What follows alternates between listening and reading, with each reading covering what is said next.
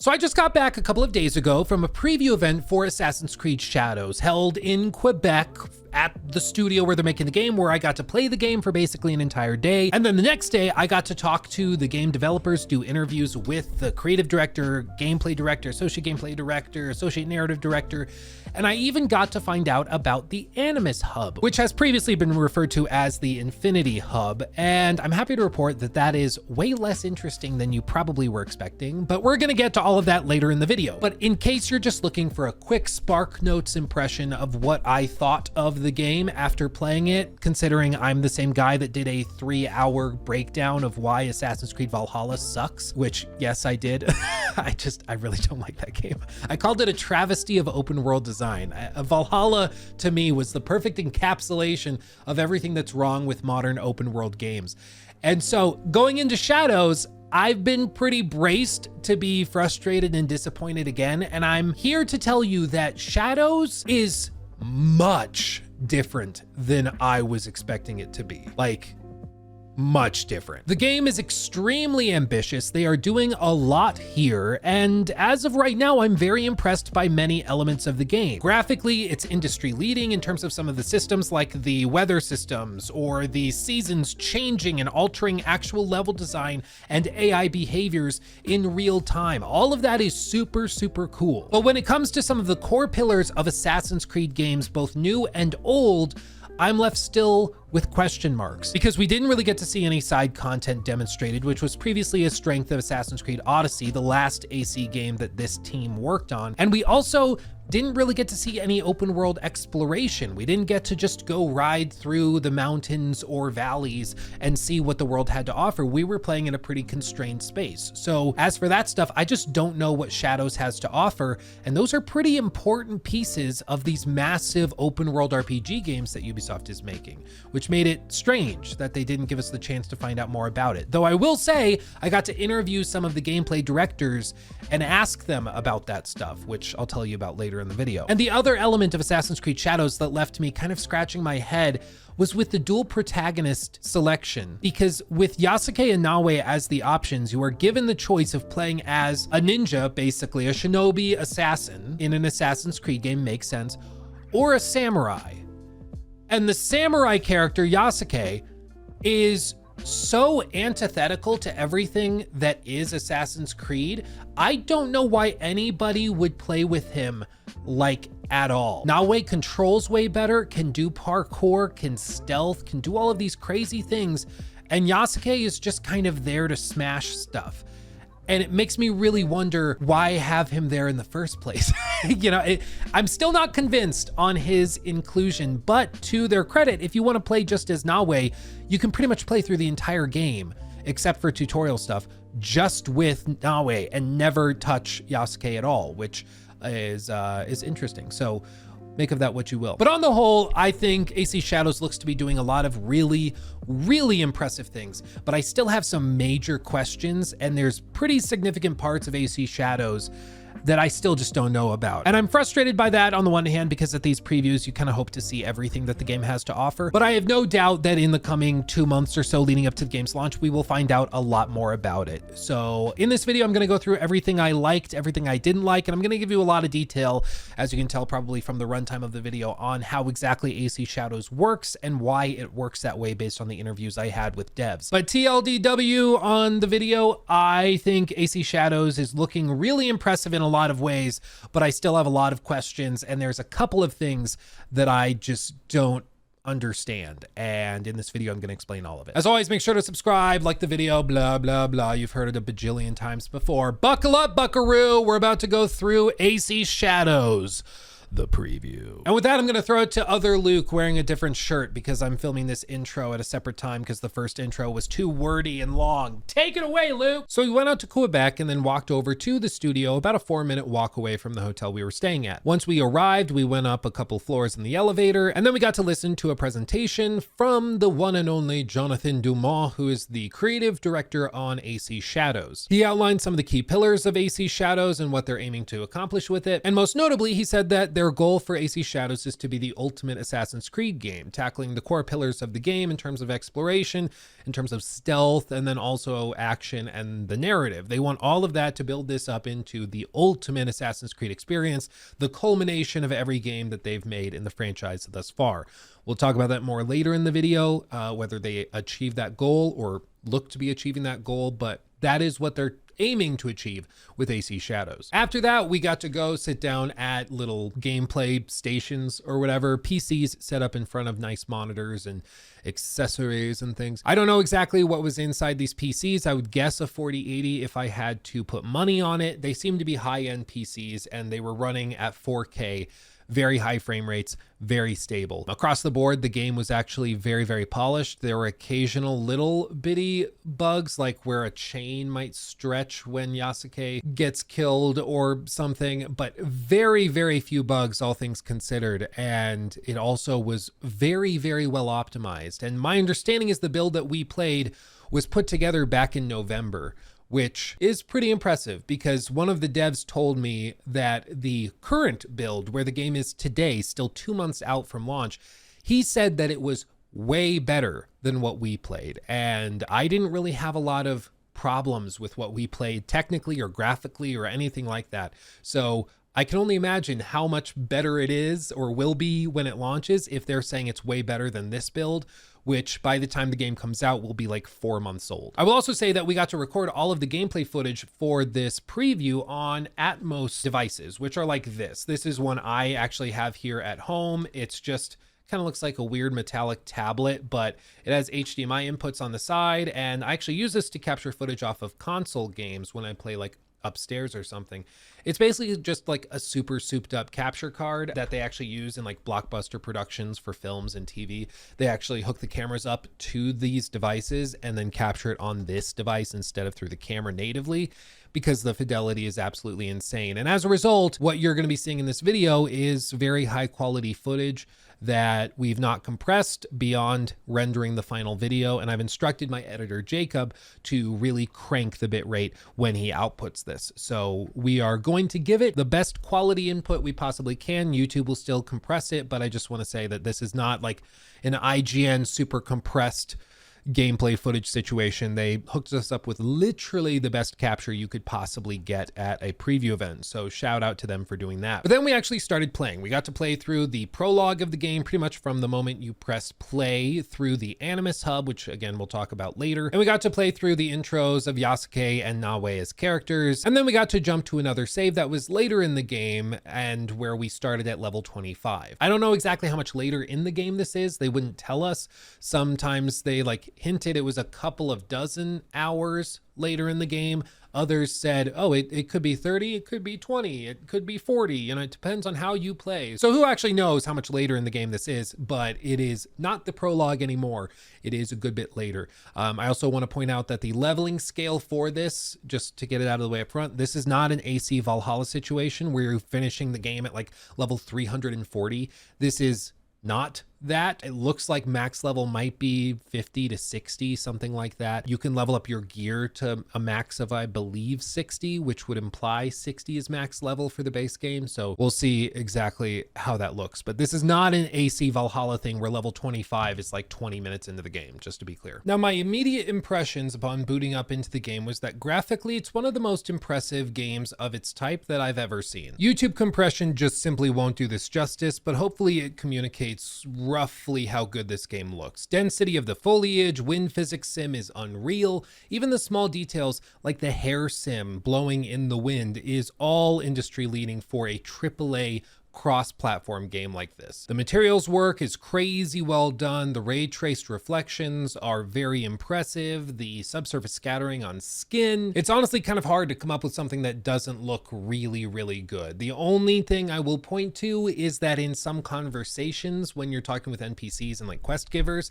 sometimes the lip sync and facial animations are not that dynamic, but that also is pretty standard in big cross-platform open world adventure games like this that are expected to be like 100 hours long probably.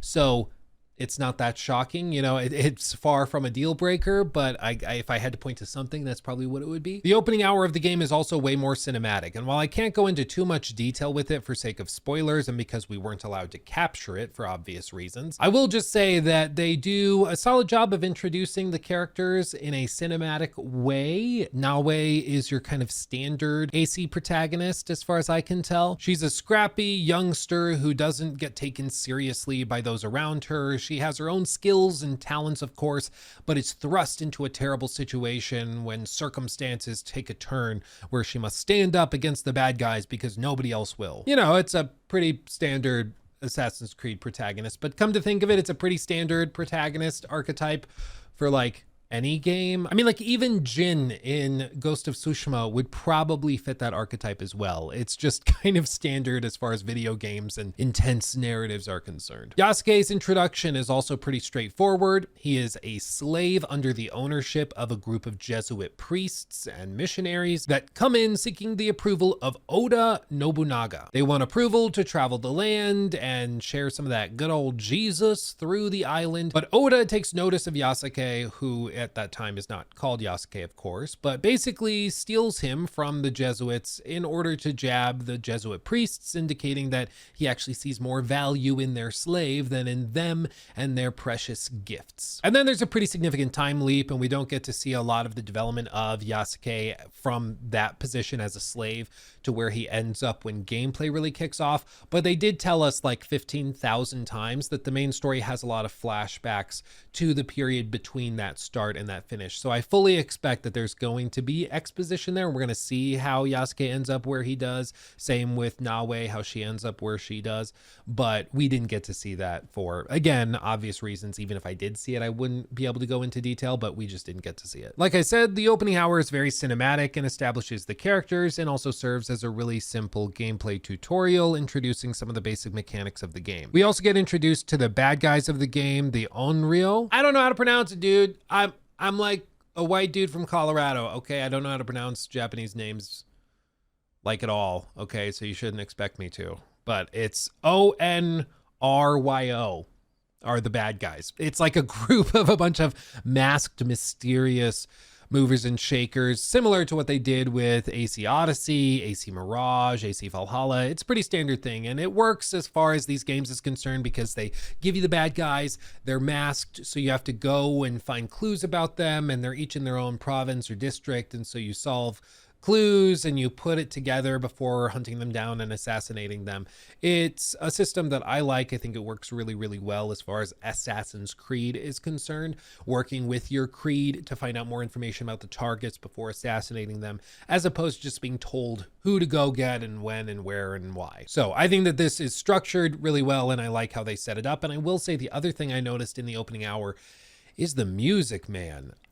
I think the music in this game is actually going to be one of the highlights. I was kind of suspicious and skeptical going into the preview because some of the stuff I heard in trailers was like kind of weird and just didn't hit my ear right. But hearing it in the game, in motion, with what's happening and with the cutscenes as they're playing out, it's really, really well done. And it's not often that I get like a game's score, like main enemy theme, caught in my head for days on end. But seriously, it's catchy and it works well. It's appropriate for the scene that's taking place. It's just really well executed. So the music I really, really like. It's probably not for everybody because it is different than you would expect. It's not just flutes and stuff, but it's really well done as far as I'm concerned, and I personally like it. They also introduced a ton of new gameplay systems as well that we're going to keep circling back to throughout the rest of this video, notably seasons, which are one of the main components of the new dynamic systems that are at the core of AC Shadows. Of course, there are 4 seasons: spring, summer, fall, and winter, and each one of these gets 40 minutes of gameplay time allotted to them. This is all represented by that little compass in the top right corner of the screen, as you can see it here. In this case, it shows the sun, and I believe that this one is summer. As that dial fills up over the next 40 minutes of gameplay, it will eventually reach the point where it's completely filled and the bar has gone all the way around from north all the way down, back around to north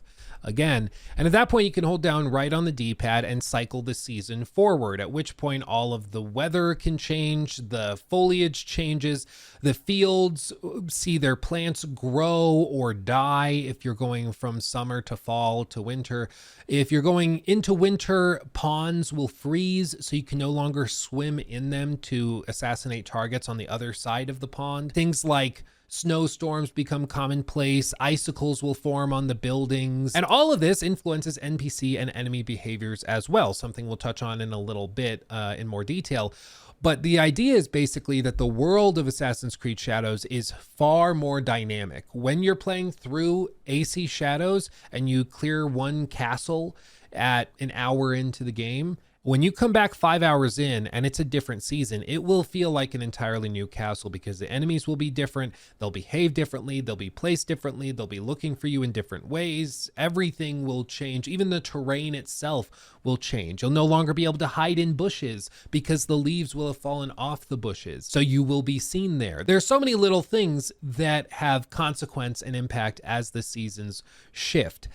And it's honestly really, really cool. Paired with this, one of the other new systems is the weather. It's been totally overhauled and also influences NPC and AI behaviors. Meaning, if there's a massive rainstorm, you're going to see high-level enemies moving indoors. The high-level guys wearing the fancy armor often go to the top of the castles or forts they're stationed at so that they can have a good view of the overall encampment, but they can stay dry, whereas the grunts are forced to stay outside in the cold. There's so many little bitty things like that pair with the weather and with the seasons that's frankly really, really cool. And I could see introducing all sorts of crazy dynamics within gameplay. I think it's really promising. And there's other things to consider as well, such as in rainstorms, it's loud. And so you can make more noise while running on rooftops or while assassinating individual targets, and you won't be noticed by people further away since the rain will cover up the sound of that activity. And speaking of the sound, it's also been completely revamped. Enemies listen much closer, but they also have their hearing affected by world events and things going on around them. In a rainstorm, they can't hear as well, so you can make more noise and not alert them. If it's winter and the snow has fallen and it's nighttime and all of the sound is being absorbed into the snow and you can hear a pin drop, you have to be extremely quiet. Otherwise, the crunch of the snow will alert enemies. There's so many little things that have been tweaked, and this is all paired with overall enhancements made to the enemy AI for the stealth just in general. They really have made an effort to make the enemies behave in a more realistic way. They don't forget 30 seconds after seeing you that you were there just because you hid in a bush for long enough that they just get amnesia. That doesn't happen anymore. They'll keep looking for you. They won't give up until there's reason for them to move on, like you leaving for a day or two. And I can also report, after speaking with the creative director of Assassin's Creed Shadows, that the difficulty levels are split. There's a difficulty toggle for combat difficulty, and then there's a separate one for stealth. The toggle for stealth actually improves or changes enemy AI. It doesn't just magically make them able to see you through walls or anything. It actually changes how smart they are and what they're capable of. So for example, when you're playing on the normal stealth difficulty, enemies will just kind of look at eye height as they look around, and then they'll look down if they're standing on a precipice or something, but they won't really look up. If you go to the expert difficulty, enemies' vision will increase and they can see higher, which is cool because it means that if you have an enemy standing, how do I do this? I'm going to show you. Hold on. So this is an example within a fortress where Yasuke in this case is on a wall, and you can see that there's a guard standing over here. This is on normal difficulty where this guard doesn't see me, even though you think if you're standing down here and somebody was standing up here that you would see them. He just doesn't, because his line of sight is stuck at pretty much eye level as far as he can see. because of the stealth difficulty setting. But if you set this stealth difficulty to expert, this guy would now be able to see Yasuke, who is very clearly standing on a higher precipice, but because his vision can go up, he's now capable of seeing up here, he's now capable of seeing over here, and of course up on this ledge where Yasuke is standing. So I experimented with this a little bit when we were able to, and it's actually very, very cool, and it does make a quantifiable difference because those guards, prior to you upping the difficulty and their intelligence, they just wouldn't notice you, but it would work in the sense of like a video game where you're like, oh, I'm far enough away, he shouldn't be freaking out at me quite yet. But if you want the experience that's much more grounded, you can turn that on and they'll be able to see you in these instances. And this guard will start freaking out because he's like, what the hell are you doing up there? As you would expect a guard to do if you wanted a more grounded, realistic experience. So I do want to point out that while the AI on normal difficulty is much more gamified, if you want to play on the expert stealth difficulty, enemies will start behaving way more realistically to the point where it might actively be like really frustrating and infuriating. So I just want to point that out because it's one of the cooler things I found out about, and I don't expect many people to talk about it because not many people like really grounded, realistic AI sim in their games unless you're a big like Kingdom Come Deliverance fan. So I will just put that out there for you if you're interested in that.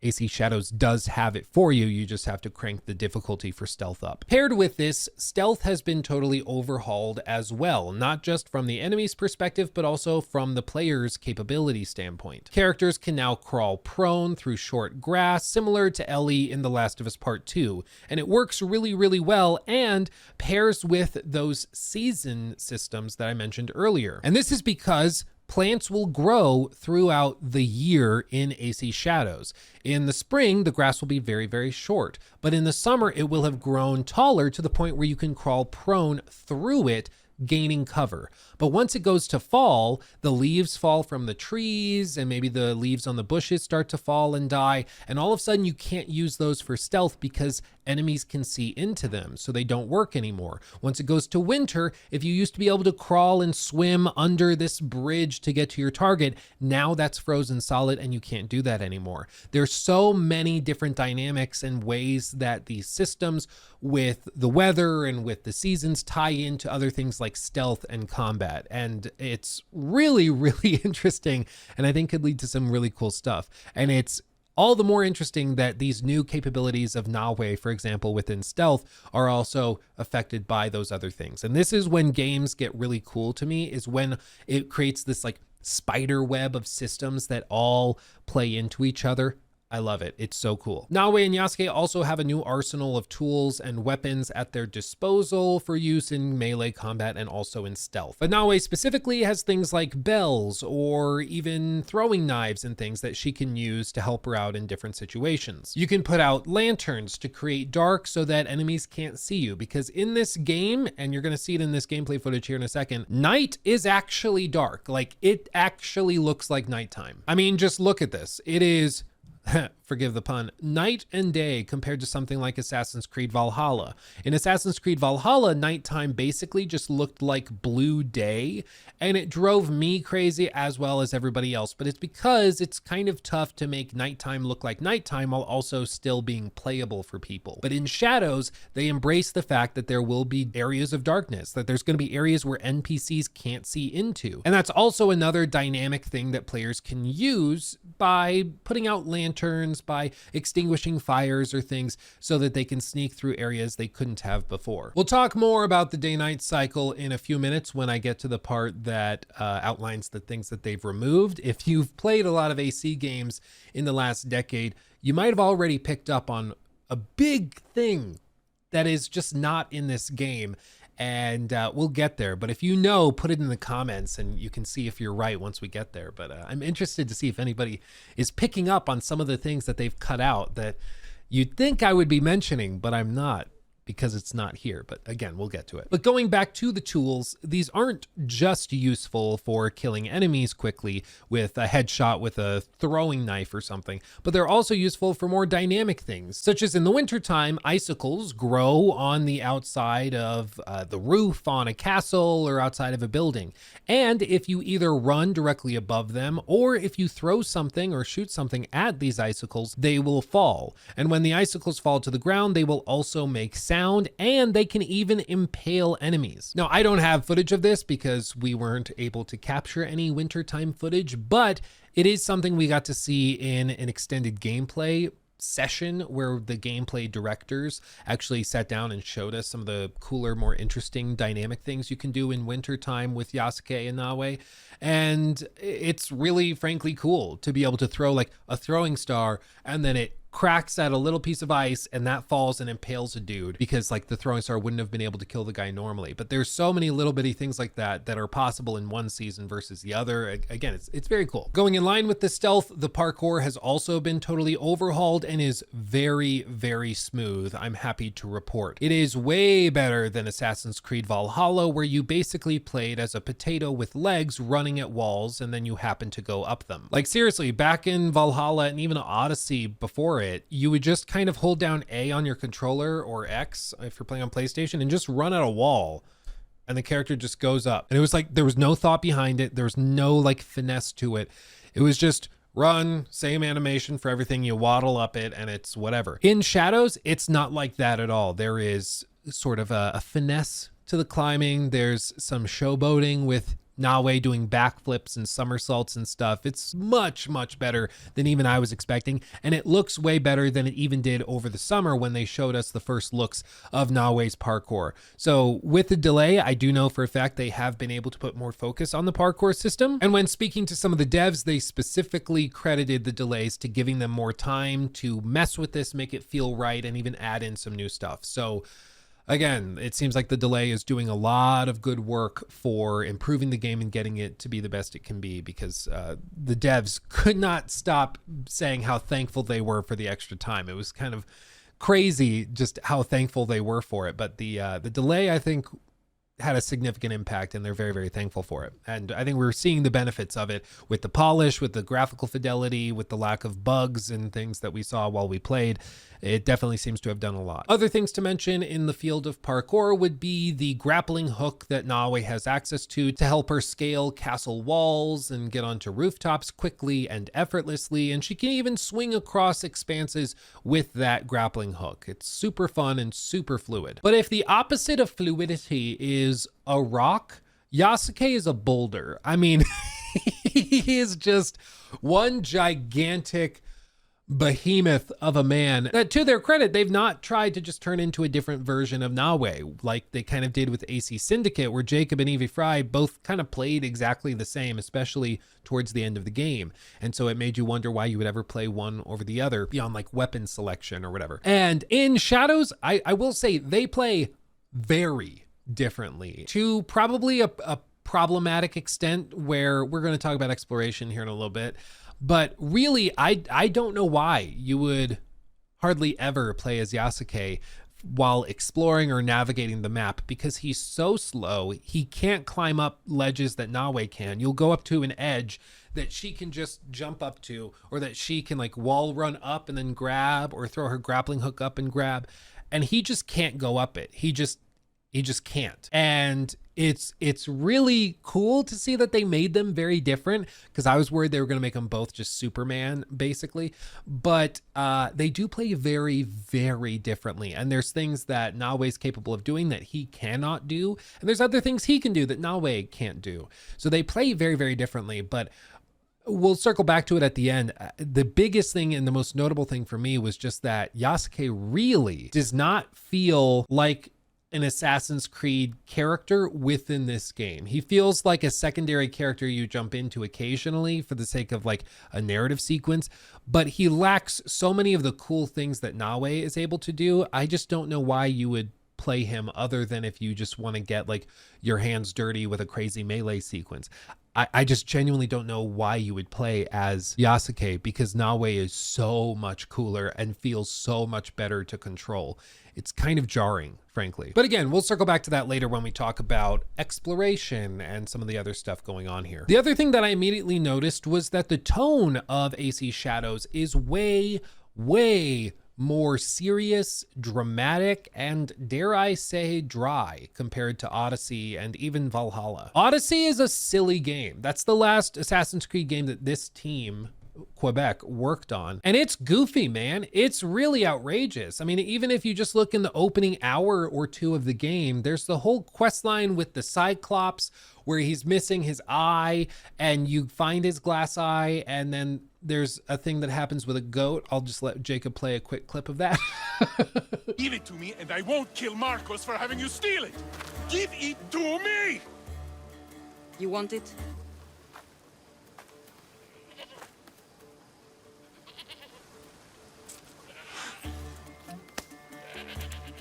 Go get it.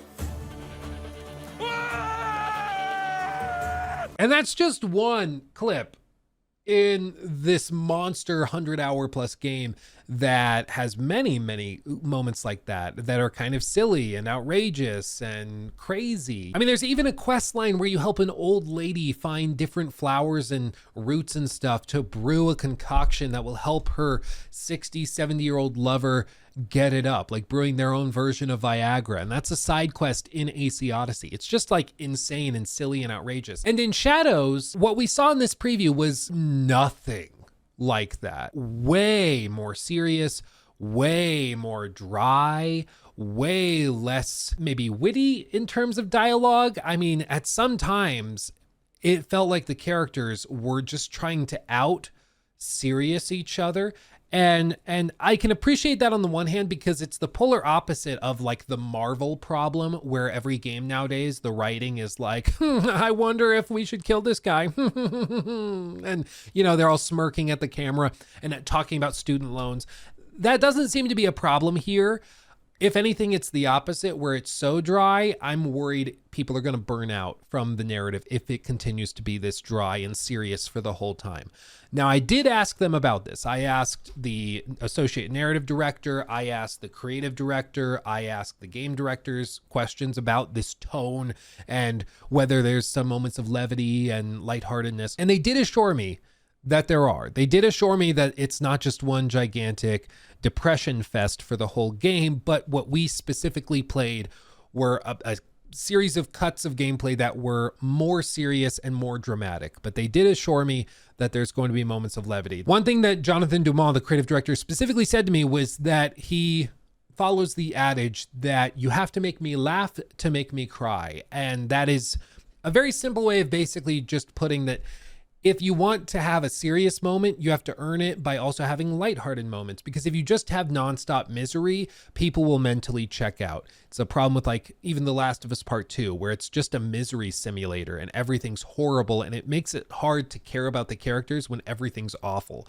So I hope there are moments of levity, because what we saw was very dry, but time will tell. That's something that I just don't know at this point. But one thing I do know is that, speaking of tone, there is not a supernatural component. I asked the creative director about this. I asked the gameplay director, seeing if maybe they'd slip up and say different things. Sorry, guys. I mean, it's just, I wanted to see if you'd say different things.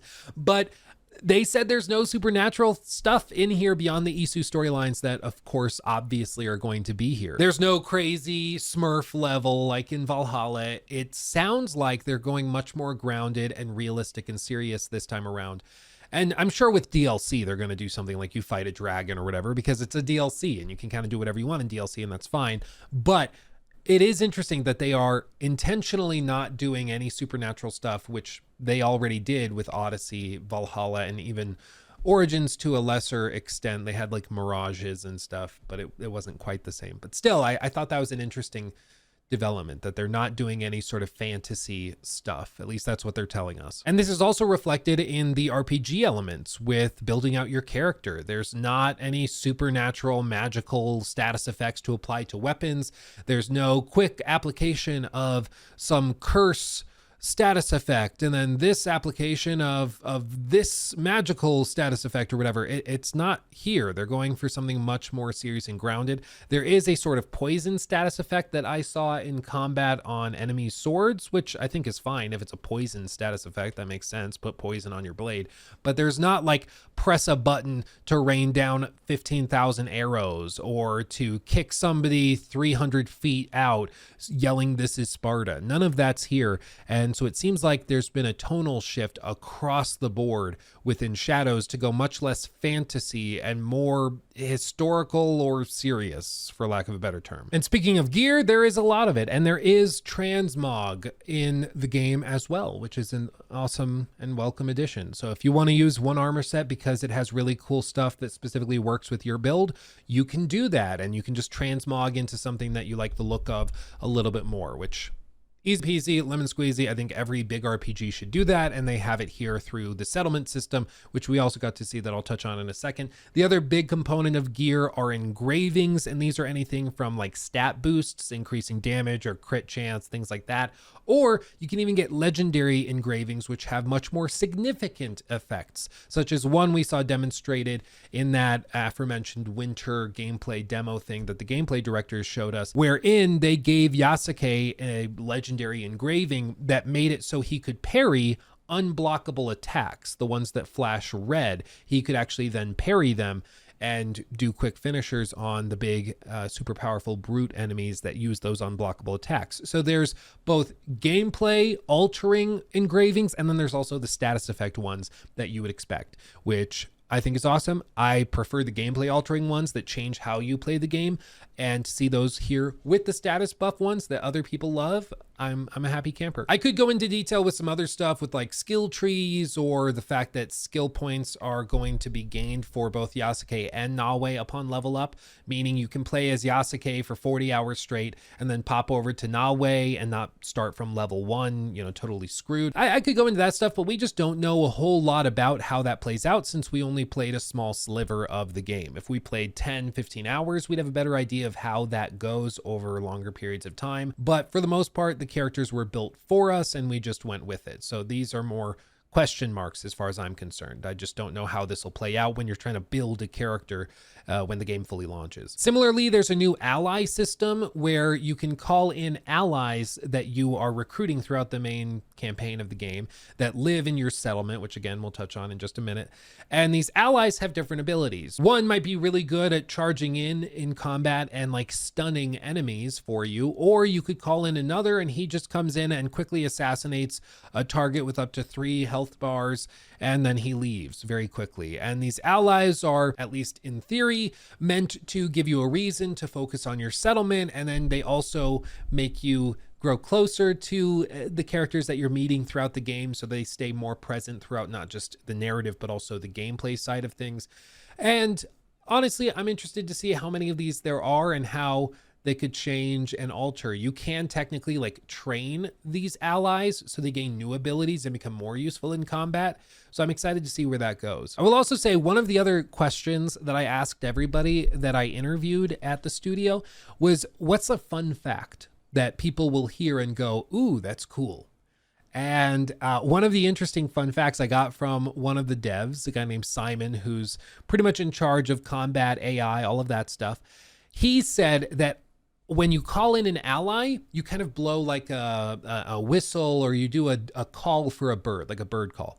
And each of the allies has a different nickname. One might be, mongoose. One might be, I don't know names of Japanese birds, but like lake bird, lake duck. I don't know what they're called, but whatever their names are, they have different calls that those birds react to and respond to.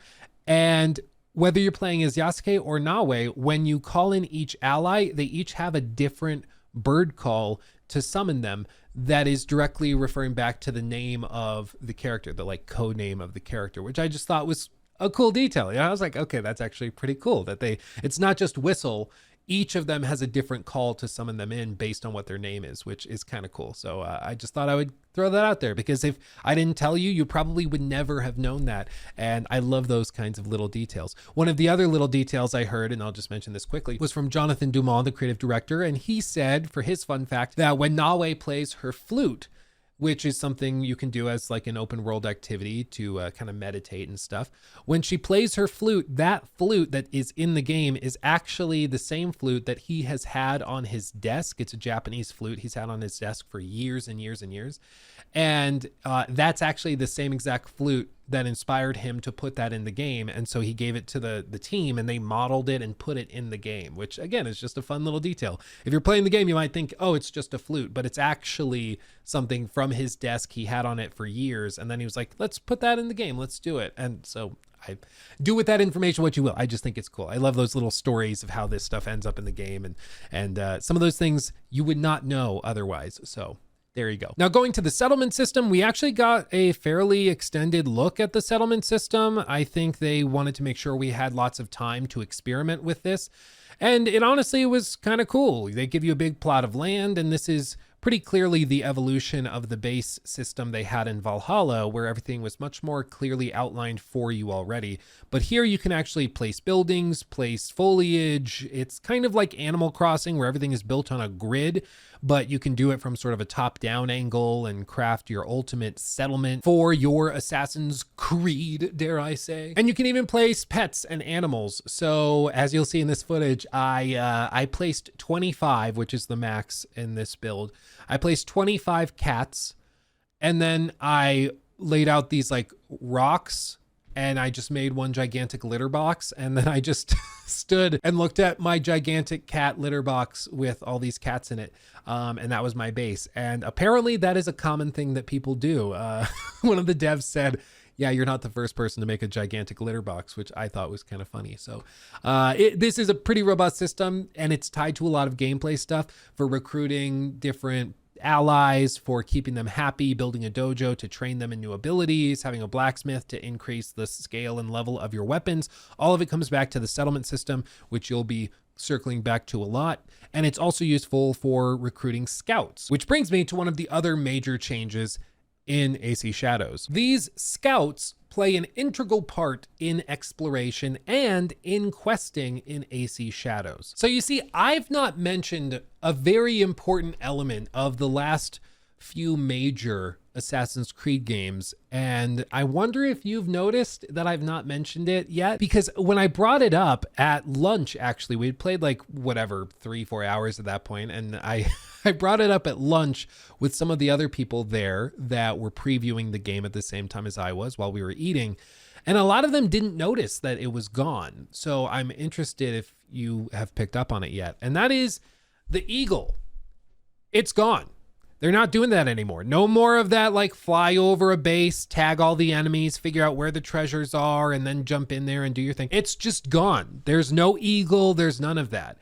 And as a result, quest objectives, how you navigate and find your targets, all of that is totally changed in AC Shadows. And their goal is to make it so you have to think more. They don't want to hold your hand. They don't want to give you the easy out. There is an option in the settings, like basically as an accessibility option. If you want to be guided, you can turn that on and it basically tells you exactly where to go. But you have to opt in for that if you don't want to think or are not capable of thinking. But how this works is that you will gain a quest where they tell you, oh, you need to go find this guy and talk to him. And he does know exactly where he is, as most people would not know exactly where this person is. But he'll say, oh, he works on the western side of the city and he has a shop with a red roof. And they'll tell you that much information. And instead of what you could do in previous games, which is to get kind of near, pop your bird up, the bird scans and finds the objective and pinpoints exactly where he's at. Now they just don't give you that option. You have to actually go and look for the building in the west side of the city with the red roof. That's what you have to do in order to find the objective and do that. What you can do is use scouts if you don't want to go to that extent. And these scouts are part of what you use the settlement system to build up and recruit more of. These scouts work for you and can be used to basically pinpoint an area to find a quest objective if you need to or if you see fit. And they are also used to collect materials. So when you go into a castle, for example, and you find a big treasure trove of wood or stone materials that you can use to upgrade your settlement, you have to send and assign scouts, usually 2 until you upgrade them later to only need 1 for each shipment. But you can assign scouts to collect those materials and bring them back at the end of the season. You'll only have 3, 4, 5 of these scouts for each season until you level it up and upgrade it. And so you have to be very careful and precise with how you use them and how you kind of assign each of the scouts, whether they are finding objectives for you to make finding assassination targets or quest objectives easier, both for main story and side content stuff, or if you want them to just collect loot and then you're going to put more effort into seeking out your targets by being more analytical and thinking more about, oh, this guy's a fisherman. I bet he's down by the docks. I'm going to go there. So it requires much more thought and consideration than what you could do before, which was just kind of turn your brain off, use the bird, it finds the objective, and you move on. And I kind of love this. I mean, it took me a minute. When I first started playing the game, I'm like, I've played a lot of Valhalla, unfortunately, and I played a lot of Odyssey, fortunately, because I like that game, and Origins, of course, because I'm an ancient Egypt nerd. Shocker, I have a pyramid in the background. But when I've played a lot of those games, you get into the muscle memory of pulling up the bird and looking through like the area, finding your objective. And so you get very, very used to that. And in Shadows, you just cannot. That's just not a thing. You have to actually look as your character for the objectives. You have to think about where they are, where they would be, what they would be doing, and seek them out that way. And it will require you to kind of reteach yourself how to play Assassin's Creed, because for the first time since 2017's AC Origins, they are making a significant change to the process of gameplay, to the gameplay loop, what you actually are doing when you're seeking out objectives. And it takes some adjusting. I mean, it really, really does. If you've played a lot of those other games, it's going to take you a handful of hours at least to get into the swing of this new way of exploring and finding objectives and targets. You might love it, you might hate it. I personally really, really like it, and I'm excited to see how it plays out over 10, 20, 30, 40 hours. But as of right now, I'm liking it. But at this point, I think we've gone through enough of the game for me to now start breaking down some of the things that they have just straight up removed that I picked up on. And a lot of this, honestly, most of the other people playing the game had not picked up on. They just had not noticed. And I think it's maybe because they haven't played a lot of AC either before or recently, which is totally, totally fine. But some of these I was really surprised to see removed because they were kind of cool. For one, as I mentioned, no eagle. That's a sort of removal that they feel they can justify because they are replacing it with something that requires the player to be more involved and to put more thought into, which is something a lot of people have been asking for with AC, is that they hold your hand less, that they give you more agency. They require you to do more of the work in the gameplay department, not just holding your hand all the way along. So I really like that. I'm going to go through some of these other ones in a brief list real quick. And these are just the ones that jumped out to me. And then I'll tell you why they were removed according to the design directors and game director and creative director, because I asked them about pretty much all of these. So if you have your list of things you thought I've not mentioned that look to be missing, get it ready because I'm about to go through these. So let's see if you picked up on them. No eagle. NPCs no longer have their day-night schedules in the same way that they did in Origins and Odyssey and even Valhalla. They don't have beds assigned to them. They don't have their day-night cycle duties assigned to them. They just don't. They have dynamic jobs and things that they'll do, but they're not going through the day-to-day motions of waking up here, walking over there to the job site, going over here to talk to this person and going back home, like in Origins, where you could actually follow NPCs around and see what they were doing. In turn, there also are no dynamic behaviors with guards on the level of what we saw with Origins and Odyssey.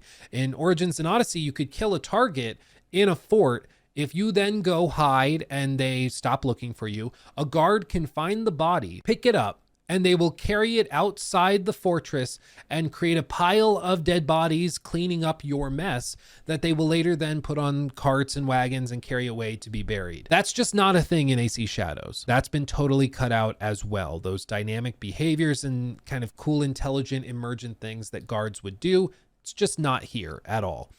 One of the other things that they've removed in following this same vein as the schedules with NPCs, you can no longer cycle the day forward from day to night and night to day.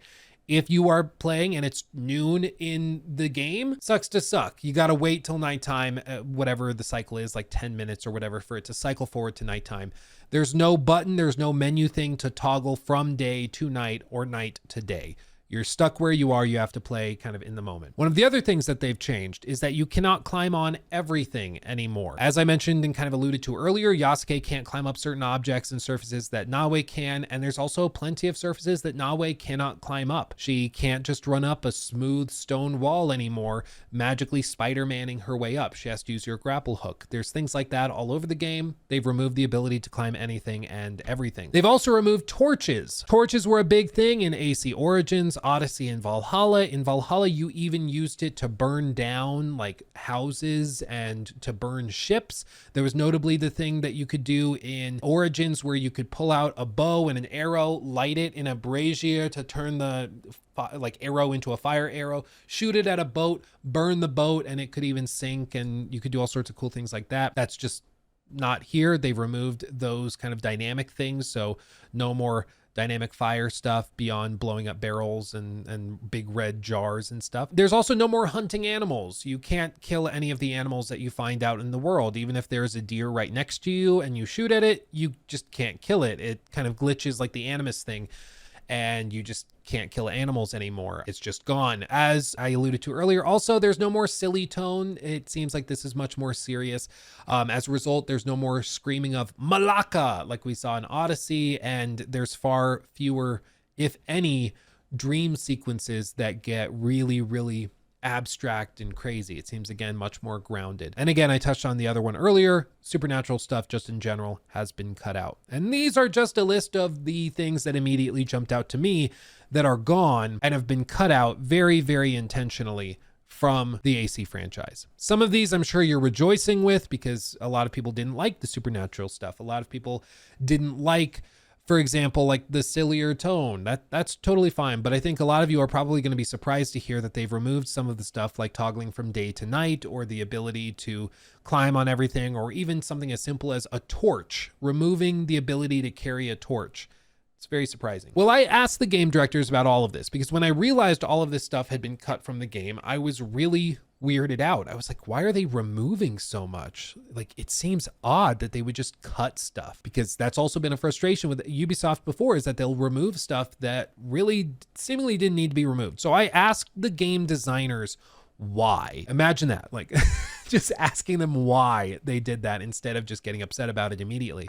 And their answers were honestly pretty interesting. So I'll go through this list again, and I'll tell you what they told me. And from there, you can choose whether you agree or disagree or hate it or love it or whatever. But I do think it's interesting that they actually had very clear reasons for removing some of these things that made me think twice about being frustrated by it, and actually in some cases got me excited. So let's go through the list again, but I'll tell you why they got rid of these things and why they changed them. For the removal of the eagle, they wanted to make sure that players were responsible for finding targets and that they didn't feel like they were just going through the motions, using the eagle basically as a watchdog's drone, finding objectives and playing that way. They want to make sure that the player is being resourceful and thinking about things and being rewarded for thinking about those things, which is why they removed this, and I quote, crutch from the game. And yes, one of the gameplay designers referred to this as a crutch, which I thought was kind of interesting because I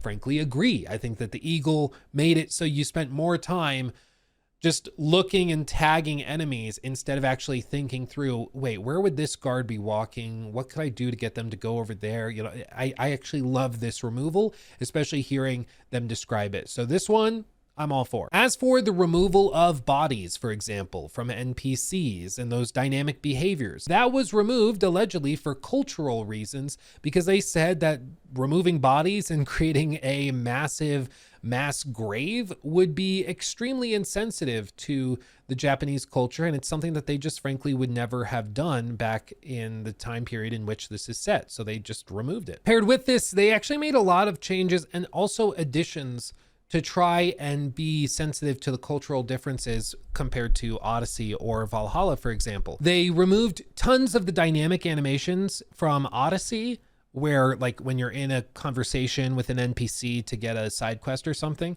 where normally like a quest giver might do things with their hands or might stand different ways and shift different ways.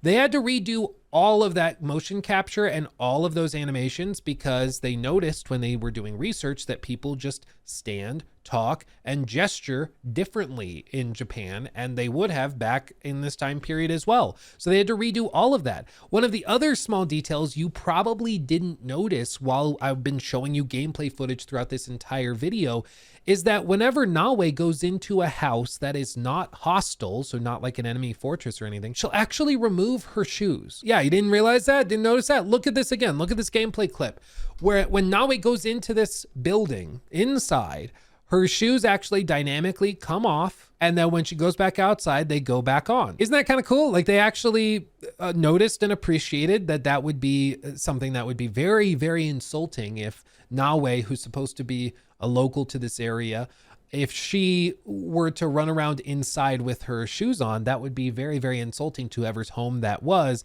And so they actually went to the trouble of having her shoes remove themselves dynamically. Of course, like they don't make her like sit down and take the shoes off and then walk 10 feet and then put them back on. They just kind of pop off and on.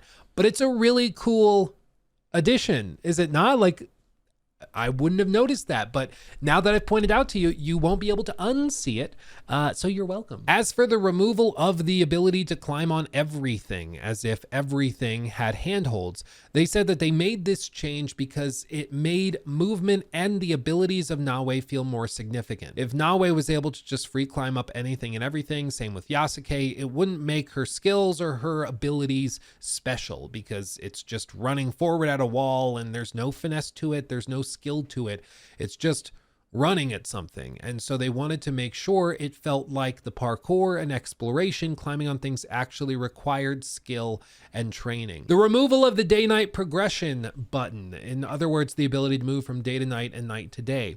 This was apparently done because they want players to embrace the dynamics of the situation they are in.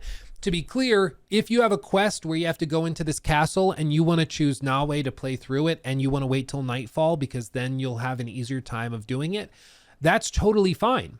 You just go do a side quest or do something else for 5-10 minutes until it cycles forward to nighttime, and then you do the quest. But they said that they wanted to minimize the amount of time that players spend in menus manipulating the situation, and they wanted instead to encourage players to just embrace the situation they are in instead of trying to change it. And this follows with the weather, with the seasons. If there's a snowstorm, you figure out how to do the quest with a snowstorm. If there is a rainstorm, or if it's a perfectly sunny, clear day and it's 10 a.m., you either embrace the situation and try to do the mission as it is, or you go do something else and you try again when the situation fits better to what you want it to be. And I can appreciate and understand that thought process. That's kind of interesting that they don't want you in menus trying to change the situation into something more favorable. They want you to just play the game and embrace that things are sometimes going to be ideal and other times they might not be ideal.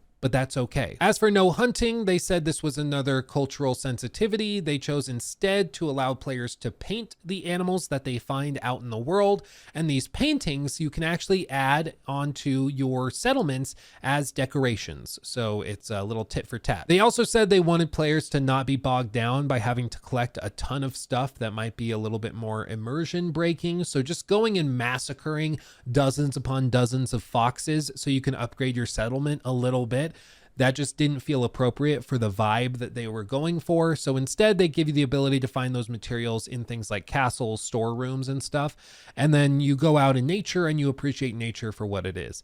Again, I can understand why they would do that. I can appreciate it. As for the removal of torches, these were removed because, I quote, everything in Japan is made of light wood and paper. If we gave players torches and the ability to burn things down, they would just burn down every castle the second they arrived. And that wouldn't make for a very fun game. And honestly, once I heard the gameplay director say this, I was like, you know what? Touche. You know, fair enough. Yeah, I could totally see that being a problem, because once you introduce the torch, people are going to think that they can do what they were able to do in Valhalla, which was burn buildings down. And if the devs then give you the ability to burn down buildings, where does it stop? Why would it randomly stop at castles?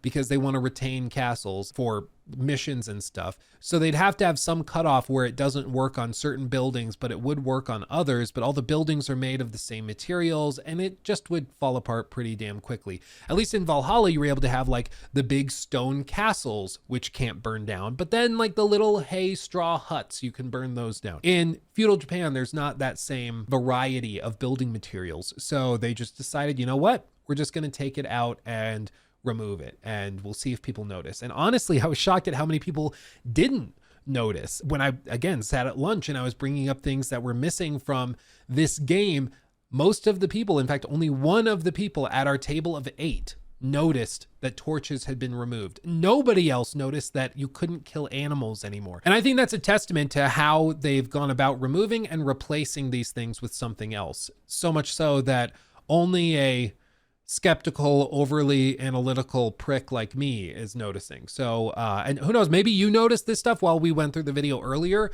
but I'm guessing a lot of you didn't pick up on these things being removed or absent. And as for the sillier tone and the supernatural stuff being removed, this all goes back to the core pillar that has informed all of the other decisions, which is that they want this to come off as a more grounded game, a more serious game, and a more realistic game with more dynamics and simulation components. And honestly, fair enough.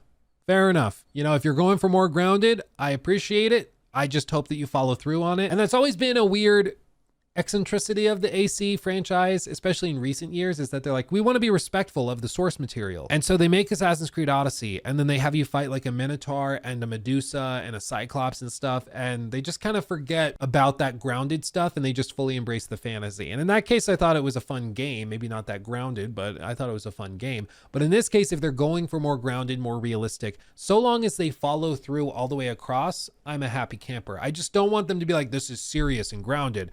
Also, over here is a mythical space dragon. Like, I want them to be consistent, and it seems like they are being consistent as much as they can be. But you know what time it is? It's time to talk about the Animus Hub. Let's touch on that. This has been, without a doubt, the most scandalous part of Ubisoft's lineup for years. It's been rumored, it's been speculated upon, there's been leaks, there's been suggestions of all sorts of stuff. Some people were leaking saying that it was going to have a subscription model where they were going to launch AC Shadows with a $10 a month subscription. Or some people were leaking saying that they were going to launch AC Shadows with a $10 a month subscription or something for additional cosmetics or gameplay affecting stuff and all this crazy stuff. I actually got to see it, and I'm going to show you some clips of it as well here. This is way less exciting than any of the leaks have suggested. And I think that's good, to be very clear.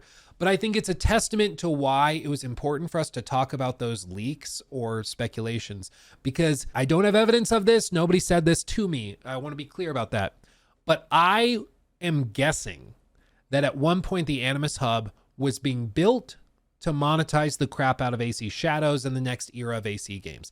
I think at one point this had paid mini battle pass kind of things in it. I think they had an additional in-game store. They probably had a subscription model that they were working with and thinking about doing. And they basically got bullied out of it before they even revealed it, because they realized how poorly that would be received. So what we have now is a kind of bland nothing burger. It's really interesting. Let me show you. In the Animus Hub, you see a list of memories. These memories are all of the current, like, I think they called them second phase Assassin's Creed games, but basically it's all the recent ones. And each of these can be selected from the Animus Hub and booted into. So if you own Assassin's Creed Valhalla, you can boot into Assassin's Creed Valhalla after booting up Shadows. To be clear, the Animus Hub is built into the executable file for Shadows. When you boot up Shadows, the Animus Hub pops up, you select Shadows as the experience. But if you also own Valhalla, Odyssey, any like Mirage, you can then toggle to that one, select it, and it'll boot up that game so that you can play it if you want to play that one for whatever reason. Right now, it doesn't really make sense to do that because why wouldn't you just launch that game to begin with? But I think what's pretty clear is that the vision is that in 5-6 years, when there's a bunch of other Assassin's Creed experiences, you can just boot up any of them, play Shadows for an hour, back out, then go in and play Invictus for an hour, and then back out, go back to Mirage maybe for an hour. And they want you to have that freedom to just toggle between all of them. In addition to this, they also have Memories, Projects, the Exchange, and the Vault. Each of these is pretty self-explanatory. The projects are what have been leaked and rumored as mini battle passes, but these are, to be very, very clear, completely free. There is no monetized component to the Animus Hub that was shown to us. If there is a monetized component, they have not told us, they've not shown us.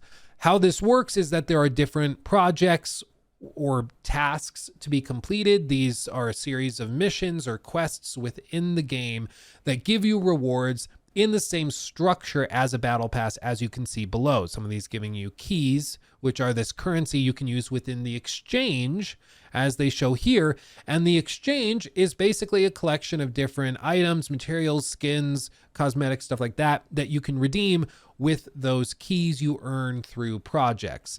Then there's the vault. You can unlock as part of projects different narrative things like, data files, descriptions of lore, or even videos and stuff. And all this builds into the package of the Animus Hub, which is to give you memories, which are the games, projects, which are mission content components that are within the games or within the memories.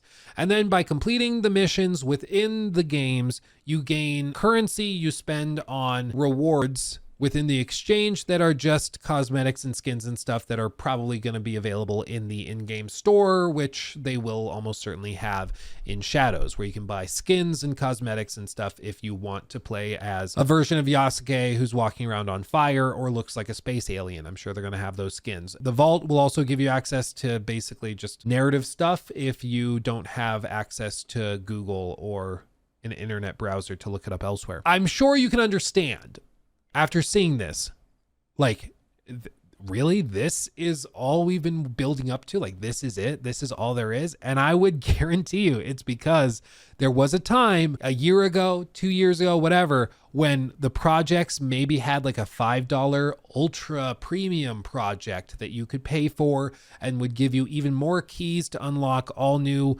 rewards within the exchange. And they basically got bullied out of doing all of that. And so now you just have basically a series of dynamic missions within Shadows that will give you a currency that you can then spend on cosmetics, so you don't have to buy them with real world money. Really unremarkable. I mean, it's good. Don't get me wrong. This is way better than I was braced for. I was braced for it to just be monetized out the ass, but it really does seem that whatever plans they had have either changed or they've been indefinitely postponed, because this final vision is way less, I think, crazy or dynamic than you might have expected. Way less so than I expected, for sure. I don't really know what else to say about it because this is really all there is to it. There's just really not a lot to say. It's just a weirder way of booting into the game. And I will give them credit. It's very, very smooth. Basically what happens is once you load into the Animus Hub, once you boot up Shadows, this is what will appear. You press A, select Shadows, and then you press A to continue the game. And then the camera pans from Nawe just around to her back. She walks through towards that tree or whatever else, and then it loads seamlessly into the game. It's super silky smooth. They did a very good job with how seamless it is, but it's basically just a different kind of a main menu. That's the Animus Hub. It's just a new main menu that also allows you to boot into other games you also own. That's it. It's, again, way more underwhelming than you were probably braced for. So kudos to Ubisoft for, I think, backing off of some of the hyper monetized ideas and plans that they had, because this is way better than all of that. But if you're hoping for something even more compelling, it's basically just a new main menu with some dynamic quests that give you skins.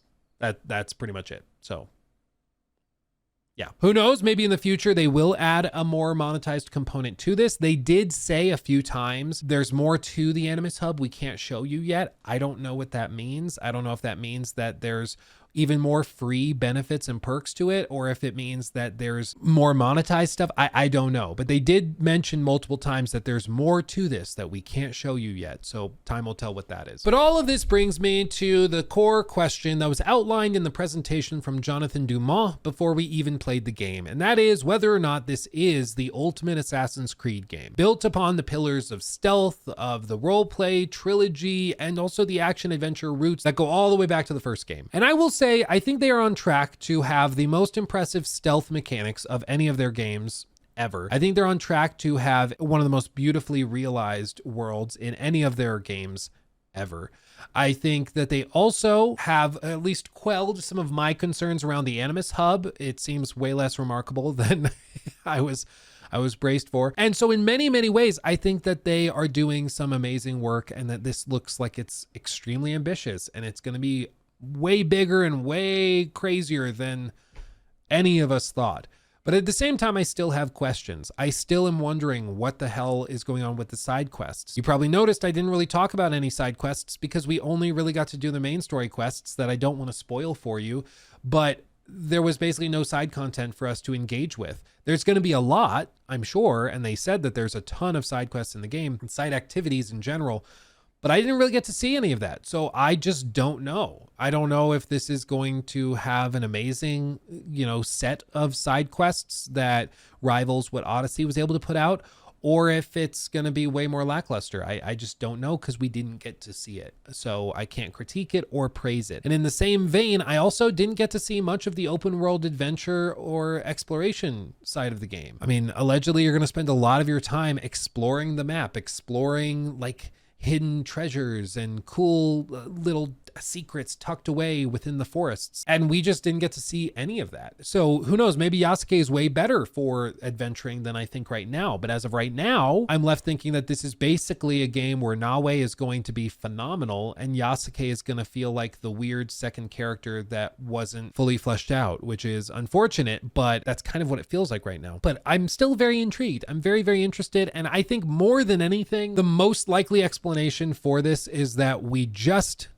didn't get to see enough of the game. We got to see a good bit of it, but this is a massive game, as Ubisoft Assassin's Creed mainline entries typically are. This is a huge game, and there's a lot to see and a lot to do, and there's only so much that they could show us within a preview build that they cut together a few months ago. And as a result, I still have questions. I'm still wondering about side quests, open world adventuring, exploration, how this ties together when you're exploring, doing side quests, and how the dynamics work. I'm wondering what you fill in your time between main story missions. I'm wondering about the tone. I have all these questions, and it's very possible that when the game releases, they blow me away and everything has been accounted for and the exploration's amazing and the side quests are amazing and it's even more polished and even more graphically insane. But I just don't know yet. Because it's also possible that the final version of the game is lacking in side content, which is why we didn't see it. And the open world adventuring is really boring and you just kind of ride your horse from quest to quest, which is why they didn't show any of it to us. I mean, that's also a possibility because we just don't know what we don't know. So as of right now, I'm very intrigued. And I would say overall, my impressions are very positive, but I have a lot of questions, and the questions I was able to ask the developers and the answers I got for them, like the things that were removed, I did feel like I got good answers for why they were removed. They were thoughtful reasons, and I feel like they justified what they replaced them with and sort of the thought process behind all of that. But I'm still wondering what the overall package is going to be like and whether it comes together smoothly and cleanly, because this preview I feel like was a little disjointed and left a lot to the imagination. But you better believe that I'm going to be watching it closely as we get closer to launch. Who knows, maybe they'll do another preview, something or other. Maybe they're going to send out review codes 2 months early or something like that. I don't know, but I hope that all this comes together because I feel like they've laid a great foundation and there's a lot of really cool stuff they're doing in Shadows. I think it's going to just come down to how all of this ties together, the side quests, the adventuring, stuff like that. And probably the tone is going to be pretty crucial to make sure it's not just a trudge to get through. But as of right now, I'm liking it. And I'm excited to see what the final game is like when it launches on March 20th. Shout out to all of you crazy people who are still watching this video. I didn't realize, but the raw recording is at 1 hour and 37 minutes. So I don't even know how long this video will end up being when all is said and done, but probably too long. So if you're still here, thank you. I appreciate you. And shout out to the game directors, the designers, and people I got to interview. They are all fantastic. I wanted to show much more of that footage of the interviews and stuff I got to do instead of just quoting them and talking about what they said. But my internet is actually down right now. I actually don't have internet in this house. So I'm actually recording all this, putting it on an SSD, and then I'm going to drive it to my editor, Jacob's house, and he's going to edit the video while I try to get my internet working. So I was gonna upload all this stuff, but all my footage is in the cloud. I put it down there like in the hotel, and now I can't get it. So I'm a mess. That's what I'm saying. I'm a mess right now. But shout out to those guys. Shout out to Ubisoft for arranging this preview and being transparent with all of this stuff. And shout out to all the people who bullied them out of making the Animus Hub really terrible, because it seems like now it's just kind of a nothing burger, which is awesome. So thanks for watching. I love you all desperately. Make sure to subscribe if you enjoyed the video and you want more coverage of games such as Kingdom Come Deliverance 2, Monster Hunter Wilds, Avowed. I'm sure we're going to talk a lot about Yakuza. If you want all those videos and all that coverage, subscribe here, and also go check out my second channel, Luke Stevens Live, because I stream a lot when my internet is working. We talk about all sorts of stuff, and any video that doesn't end up here ends up there. So go subscribe to that channel as well. It's popping up on screen right now. Much love. You're all fantastic. Love you very much. I'll see you in the next video. Hugs and kisses. Bye-bye.